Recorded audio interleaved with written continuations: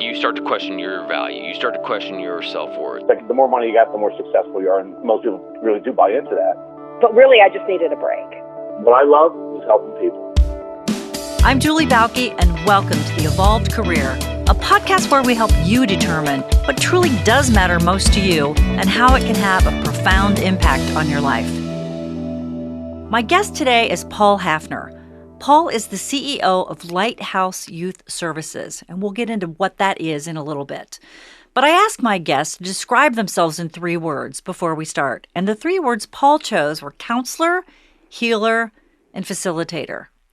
Now, before you get the idea that he is a minister, a faith healer, or a social worker, let me tell you, he's an attorney. Or at least that's part of his varied background. We won't call it a checkered past, Paul. We'll instead call it a varied background. Welcome to The Evolved Career. Thank you, Julie. It's great to be here. Before we get started, what is Lighthouse Youth Services? So we went through a name change, so I'll give you Lighthouse Youth and Family Services. We just broadened our scope a couple years ago. We are a youth-serving organization, so we go from ages 0 to 24 and focus in on children, youth, and the families that surround them. So we are working in foster care and adoption. We are in shelter services. We are in young adult independent living programs. We are in clinical services in the schools and a lot of juvenile justice services, helping kids heal and helping families get them back on the right track. Well, there certainly is no shortage of need for your services. I would imagine every day is an adventure. It certainly is, especially with over 300 full-time employees and about 5,000 clients annually. Wow. That is a large, impactful organization. But I have to say, since we're not on video here, I can also tell our listeners that you say all this with a huge smile on your face. Absolutely. It's a pleasure. I can even hear it in your voice. You love your job. I do. Isn't that wonderful? Yes. It's a good feeling. And I didn't even write this one down, but I'll just share it with listeners. This is the first job I've ever had where I really don't remember when payday is. Like, that is a measure of how much you love your job, when you can go through a month or two and go like, oh my gosh, was that last Friday, this Friday? I have no idea, because I just love what I'm doing, and it goes from Monday through Friday in a heartbeat. Wow. That's great. You know, so many people, I describe it, they survive 5 days to make it to those 2 days. Right. The weekend. And that is, in my opinion anyway, a miserable way to live. And I would guess that you would agree with that. Yeah, I've spent some time doing that. Yeah, absolutely. So tell us about your career. So first of all, you describe yourself in 3 words. Give me 3 words to describe your career overall. Well, so leadership is a huge piece of what I've been working up to in my career. It's now also sort of fundraising is a big piece, but in the past that could have been sales, working to generate revenue for an organization. And then consensus building, I use that personally, but it's also has always been a big part of my career, whether as a corporate lawyer or a CEO with a big board of directors, always trying to drive towards the agreement and getting everybody on board and following. So those are common threads, Absolutely. Regardless of what job you've been in. Yes. Yes. So did you go to law school right after undergrad? I spent 1 year finding myself. Okay. and then you lost yourself again? That's right. I wish I could say I hiked the Appalachian Trail or spent time in Europe, but I really just worked here and wanted to make sure that law school was the right path. But it was. So when you think back to the Paul who signed up to go to law school, who took the LSAT, who showed up on day 1, could you have ever imagined this Paul today? That's a great question. I suppose, so here's one of the most important things that I've learned in the last, I've now been at Lighthouse for 3 years. And when people ask me about the career and the trajectory that I followed, I encourage people never to think of their career in a linear fashion. So just because you went to law school does not mean you will retire at age 65 with a gold pocket watch from a law firm, right? Especially today, these days. Exactly. So I would say there were immediately in law school, there were some people that I learned that had law degrees that were not practicing law. And you start seeing those people, and then you start seeing more of them, or you read about them in the newspaper that somebody had a CEO of so-and-so was a practicing lawyer for 20 years. And so in law school, I probably couldn't imagine where I was now, but by my, probably late 20s, early 30s, I started seeing more and more lawyers that were doing incredible things in the community. It's interesting because I'm just thinking about, we have attorneys who are clients of ours sometimes who are trying to figure out how to springboard or pivot from being an attorney inside of a firm to something else. And on the other hand, you're right. I've met a lot of people who have a law degree as their background, but they've taken it and use it as a springboard to something else. But then there are some lawyers we talk to who can't seem to break out of it. Right. And I don't know if that's just a difference in personality or I don't know what it is, but it's interesting. I'll give you my thought. Okay. And that's sort of like, I think as human beings, we are often taught from an early age to think about differences before similarities in everything we do, right? And that leads to a lot of bias and things that go on in our community every day. And when you think about it in terms of a career setting, right now, like the similarities between what I do today and what I did as a young corporate associate at Thompson Hine are actually, there's so many more similarities than differences day in, day out, which is incredible. People might hear that and go, what? But it's true. I'm constantly working with people, counseling, facilitating, consensus building. I'm out there at City Hall lobbying. Well, we don't call it advocating for a position, doing government relations. I'm fundraising, which is just another form of sales. So if you can break it down and find the similarities, you can make things a lot more, you can build your confidence a lot better, a lot quicker, so that you can take that next leap or at least go for it and build some skills to make you ready for that next job. So do you remember the moment in which you were in your last role in more of a traditional law/attorney setting? Yes. Do you remember the moment when you said to yourself or to someone else close to you, I got to do something different? Yes. What happened? What was that moment like for you? Well, and I'll give them full credit. So the law firm where I was right before Lighthouse was Calfee, Halter and Griswold, and they sponsored me for Leadership Cincinnati. And as you might know, that program is very competitive. It sometimes takes a couple years to get in, and it took me a couple years to get in. But once I did, I sort of entered that program knowing it was going to be, well, it's is all about exposure and deep dives into justice and healthcare and poverty and regional economic issues. I mean, it's a deep dive into so many things in our community. And I sort of knew loosely that it was going to be a life-changing experience. I didn't know how, why, where, when. But thankfully, the place where I was working sponsored me to get in, and I got in and immediately began meeting people. And it was probably a couple months into it that I started just networking with people who were executive directors of nonprofits or higher up executives in nonprofits, and started talking in conversations like this one-on-one about their careers. And that's where it was probably like November, December of that year, 2015, where I was like, this should be it. And I asked a friend of mine, I think your job sounds really cool. Could I do something like that? And their answer was, absolutely. Let's get working on it. So it's interesting. It's because we work with people who are in transition or want to be. Mm-hmm. And it's interesting. You're carrying inside of you this desire to do something bigger and more meaningful to you. And one step in your process was to ask somebody else for their insight and their input, and to some extent, maybe a little bit their permission. Right. I think we can be. Our biggest enemy is is the space between our ears. Absolutely. Yeah, and we can feel it in our gut. But sometimes we want or we need that validation that we're on the right track. And if we ask the wrong person who says, oh, you can't do that. Why would you want to do that? Paul, you got this great job back at the law firm. What's wrong with you? It's easy sometimes to take that as then our life gospel and go, yeah, you're right.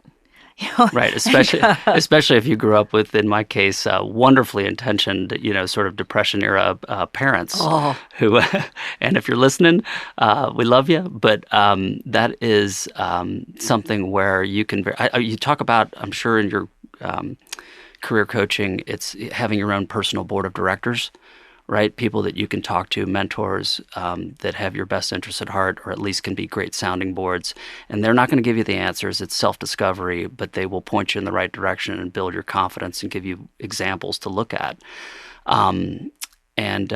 Just being able to kind of build that confidence level to know that you do not have to just follow this exact linear path.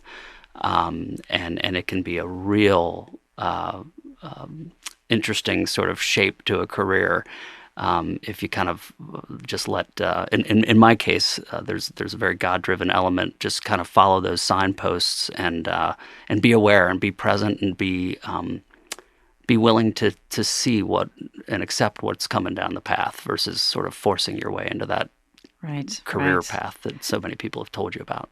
Yeah. And it's funny sometimes, I'll talk to people who say, well, I really want to do this. But the risk, the insecurity, the lack of confidence, and they'll sometimes say something like, well, and I'm just, I really like the security that comes with a job. Like, have you been paying attention? Do you not know there is no security that comes with a traditional job? Right. Oh, it is completely out of your control. I mean, sure, you can perform well, and poor performance will lead to an expected outcome. But if you can be an absolute rock star, and somebody else's decisions will impact your career. So don't tell me about the security you're seeking at a corporation. Right. And that's even, I think, there was just an article I read about the law firms and how they used to be it was Wall Street Journal this last weekend on Saturday. So that can absolutely be the case, even with law firms. I read an article recently where the law firms and the expectation of partnership and what that meant, and now how there's so many different classes of partnership, and really you are just another employee. The vast majority of even partners in law firms now are just employees, and there's very little stability, mega mergers going on, and constantly proving yourself. So yeah, you're in control of your own career, and if you think there's just that natural 35, 40-year path that'll unfold, that's very rare in our economy today. Yeah, one of my favorite phrases is, your organization wants you until the day they don't. Right. And you need to manage your career accordingly. So I'm going to call out one of the phrases you used with me when we first met, and you talked about life juice, where you got your life juice. Tell me about that moment when you came up with that phrase and realized that you needed more juice. Yeah, that's great. So it's sort of what makes you feel that burst of energy, right? What gets your heart going in the morning?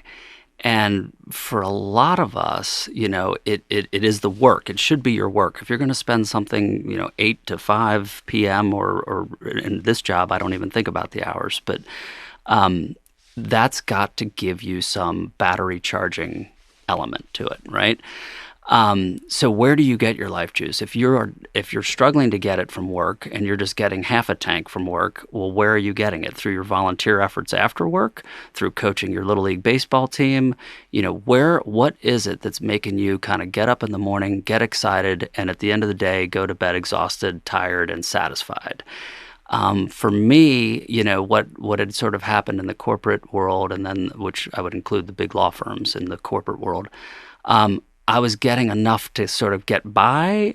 It was, we're making good money, which is important to a lot of us. It's sort of critical to be able to pay your bills, but that's not giving you life juice, right? That's doing enough to get by. And so I was volunteering a lot, and I was serving on boards, and that was helping. I was adjunct teaching, which is another piece of the counselor facilitator. So I was doing all these other things to kind of create that energy level in my life.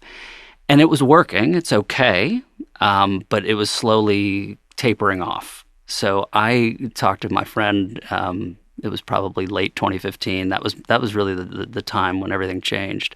And talking about having to make my 5 to 9, so the 5 p.m. to 9 p.m. stuff that I was doing, having to make that my 9 to 5, and really inverting, my daily calendar.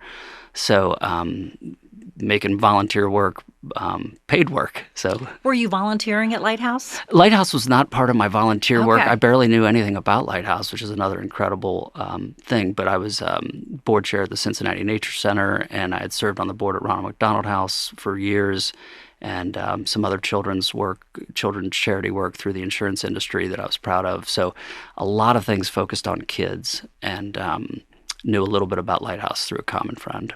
Okay, so if there's someone listening and they say, gosh, I love that phrase, life juice, I have no clue how to find mine, what advice would you give them?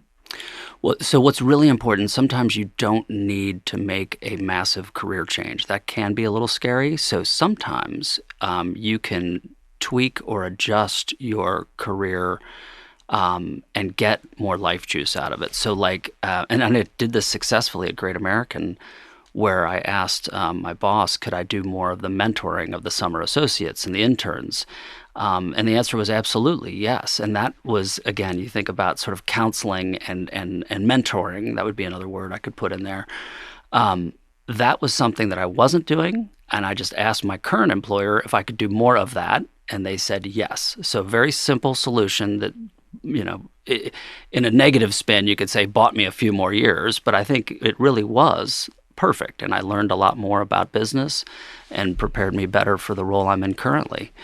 So it's, it can be as dramatic as, sometimes you got to take a sabbatical and get on the Appalachian Trail, like some friends of mine have done. And these people that hike the highest mountains in the world, to recreate their life juice. And it sustains them then for the next 6 years or 6 months. Hopefully they get something out of it that is lasting. So I think it's about exploration and tapping into something inside, knowing your passions, knowing what you do best, your skill set, and what really drives your energy level, and then finding a way to get more of that in your day. Yes, well said. I use the phrase, what do you want more of? If you could wave a wand and change your day, what would you like more of? And then alternately, what would you like to take off your plate if you could? Mm-hmm. And I think when we start thinking in those terms, instead of throwing everything out and starting over, if you just make a few minor changes, it's enough. But sometimes it nudges you toward making bigger changes. It gives you the confidence to make bigger changes. That's a perfect way of putting it. That's exactly what happened to me. When you are in a job that you don't like, not only are you miserable, but your confidence just has taken so many hits because you start to think there's no value in me. Nobody else would ever hire me. And then we start telling ourselves it's okay to cry in the car on the way to work. Doesn't everybody do that? Now, and things start to normalize that really should never be normalized. Yeah, that's true. Yeah. So bad. We don't want that.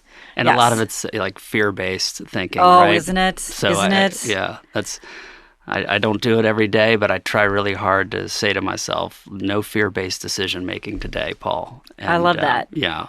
Yeah. If you start your day with some silent moments and try to reinforce that thought, it's a much better day. Yeah, absolutely. So what's a low point in your career?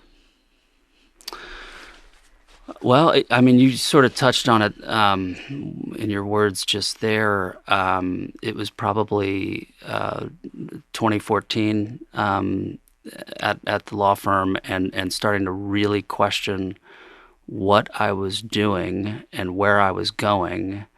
And I think a lack of confidence was really, and people who know me or who are listening and are saying like, I don't believe that. Like I by all outward signs, I was doing great. I was very successful. But November 2014 was a pretty scary time because I did not see a future where I was going to be doing what I was currently doing, and I didn't know how to pivot and make a change. Not to dredge up bad memories, but take yourself back to that moment if you can. What else in your life was impacted by that career-related state you were in? Oh, man, everything. So, your career is they say that you're spending more time at work than you do at home, and you got to be happy. And but if you are not happy at work and you're wondering what the future holds and you start to have anxiety and fear over the future, then that rubs off on your spouse, your family, your friends. People can see it.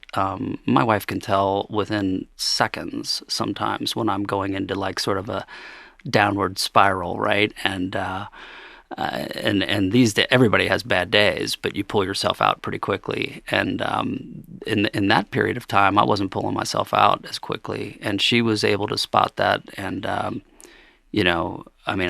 just really can't tell you like how many people, and it's usually the people closest to you that see it. You're fine at the cocktail parties or on the golf course or whatever it is you do outside of work, but at home is where you bring that fear and anxiety home. That's where it comes out. Yeah, to the people who least deserve it. Right. Yeah. Okay. So another sentence for you to complete. I'm at my best when I am around people. And people, all kinds of people. I will tell you. So I brought my little, these pivot points in your career. I did a Myers-Briggs this last year, and extraversion for me was off the charts, like literally almost unheard of sort of scoring for extraversion. So. And when you match that up with the classic lawyer, a lot of what lawyers do is good old-fashioned desk work, and I need to be around people a lot. So my life juice really does get bumped up when I'm around in meetings, feeling a vibe with people, helping people through challenges, working through problems. Helping others. So I'm at my best when I'm helping other people through problems. That's why that healer word, I don't use that lightly. Some people might think that that's, there's some arrogance in using a word like that to describe yourself. But what I mean by that is I work really hard to make sure other people are having a good day. Like, I love it when people around me are loving their work, their job, their day. And if they're not, it sort of negatively impacts me, which is, that's one of the things I'm working on. I was just going to say, I would imagine that can be a challenge because you can't control if somebody else is having a great day. That's right. It could be something completely unrelated, something you don't even know about. And if you have to control that and put boundaries around that, right. Or everybody else, their whatever they're dealing with just seeps into you. Oh yeah, that's that people pleasing. Yeah, it's that people pleasing stuff that I work on a lot. So, and that's one of the things I do work on professionally, and that's important for I think the audience to hear too. That I'm 50 years old. This is by far my biggest job, and probably the fourth or fifth big job I've had.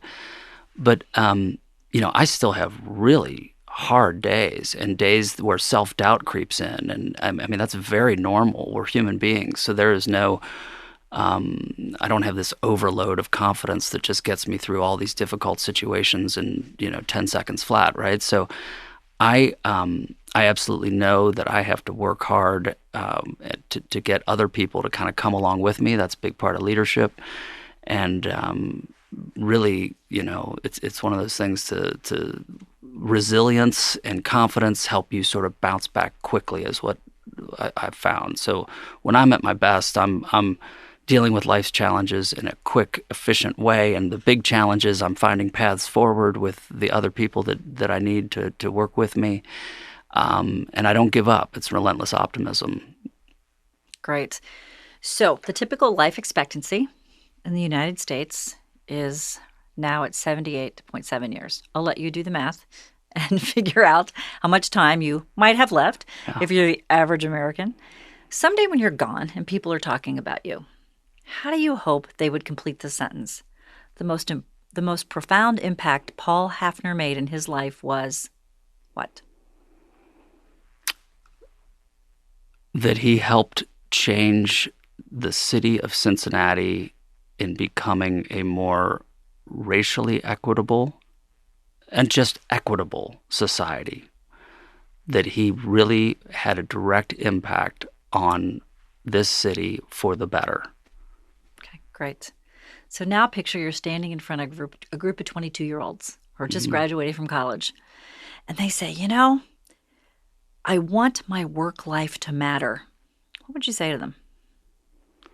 You've got to follow identify your passions, identify your skill sets, and then identify a job that hopefully, and now you're 22, you might spend, I do worry that sometimes we instill way too much idealism. And I mean, there is a period of your life where you have to get some resume building activities on there. So it's a rare human being that is able at age 22 to just magically start a career and nail it. They exist, but I guess, and this is my lawyer's risk-averse part coming out. I want to be guarded in how much I encourage them to be idealists. But if you find your passions and your interests and your skills, that should help lead you to a whole host of potential careers that might fit and get a coach, get a personal board of directors. That would be a really important thing to start with. And for 22-year-olds, that might be a couple friends and mom and dad, but get people that you trust and you value their opinion and let them help guide you along those next few years. Great. Tell me a story. Think about your work at Lighthouse Youth and Family Services, which I believe you said is the new name. Mm-hmm. Tell me a story that when you really think about those moments that really make you say, yes, this is what I'm supposed to be doing. Tell me a story that illustrates that. Well, it's when I see one of our young people. So again, we are 0 to 24, but our sweet spot has been teenage and young adults. So when I am interacting with one of those young adults and I find them making progress in their goals and then leaving Lighthouse, and then the even cooler thing is when they actually come back to help share their story and they talk about their experience at Lighthouse. So we've had many guest speakers, and we just had one at our 50th anniversary celebration. Nate is now a Hamilton County Sheriff's deputy, and he spent time with us at Lighthouse in our boys' residential treatment facility when he was a teenager. And he told a very powerful story about how that experience helped shape him. He really didn't have much family other than us and what we were helping him work through as a young man, as a teenager, as a boy, young boy, and then as a young man. And, we've got a lot of people like that, these young men and women who will come back and share their story with us. And we really want more of them to share their story with us so that we can hear the success that they're having in their lives. So, to see the impact that you had or that your organization had on a young person's life, hopefully in a few years, I'll start to see some of those people that I'm directly working with right now coming back and talking about how that helped shape their lives. Great. That's a lot of life juice. Mm-hmm. That's your life juice cup runneth over. Indeed. Yes, great. Are you ready to play 2 questions, one deep and one shallow? Sure. All right. I'm at a party and I see you dancing. What would that look like? Well, I think it would be super smooth, but you're probably going to be like, oh my God, why is that old white guy dancing to Usher? Oh gosh. So you might think it's smooth. Okay, let's put this way. Would your wife think it was smooth? Do your friends think it's smooth? Or do they leave the room when you're dancing when Usher comes on? I've been told I'm a pretty good dancer. So yes. Okay, well, maybe I'll get a chance to see you sometime and I will certainly give you that feedback. Absolutely. All right. Our deep question. What breaks your heart? Seeing, and it's what made me change my career eventually, was looking out my then 28th floor window down on Fountain Square from the First Financial Center and seeing, when I would go out on those streets, poverty, panhandling, opiate overdoses, knowing that our community could be better and not seeing a lot of people wanting to do anything about it. So it hurts me to think, and the children that are directly impacted by their parents' substance use disorders and their parents' poverty and generational poverty. So what breaks my heart is seeing our society continue to go on what I believe is a downward trajectory towards less equality, and I can't stand it, and I want to change it. Great. Well, thank you. What is your organization's website if people want to learn more? Sure. It's www.lys.org. So we're celebrating 50 years of service to our community this year and doing a lot of cool things to help get the word out. I love that. I love the smile on your face and in your voice when you talk about your job. That makes my heart happy. So thank you for your time today. It was wonderful spending time with you. Thanks so much, Julie. If you enjoyed meeting the Evolved Careerist on today's episode, well, we've got a lot more lined up for you. Subscribe, tell your friends, rate us and write a review. And of course, follow us on social media.